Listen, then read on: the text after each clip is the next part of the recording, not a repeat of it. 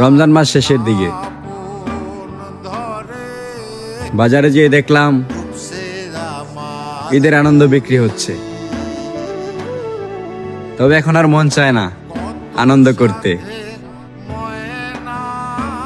মন চায় না নতুন পোশাক কিনতে। আনন্দ তো তখন ছিল যখন বাবা নামক বটগাছটা ছিল।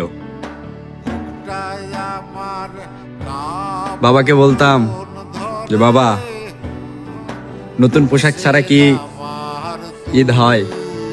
বাবা বলতেন হ্যাঁ হয়, আমি যখন থাকবো না তখন তুমি বুঝবে। হ্যাঁ, এখন বুঝি। তবে ঈদের দিন সবাই সবার নিজের আনন্দ নিয়ে ব্যস্ত।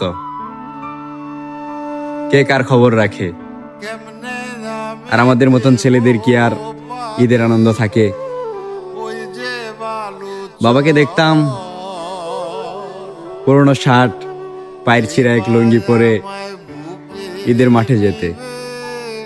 এসব স্মৃতি মনে হলে কি আর ঈদের আনন্দ থাকে?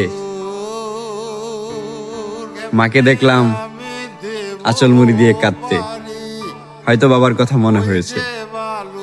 এসব কিছু দেখলে কি আর ঈদের আনন্দ থাকে?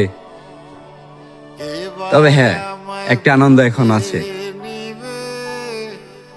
নামাজ শেষে বাবার কবরের পাশে এসে কান্না করা ছাড়া আর কোনো আনন্দ নেই আমার। এটাই শেষ আনন্দ। কত সাধের ময়না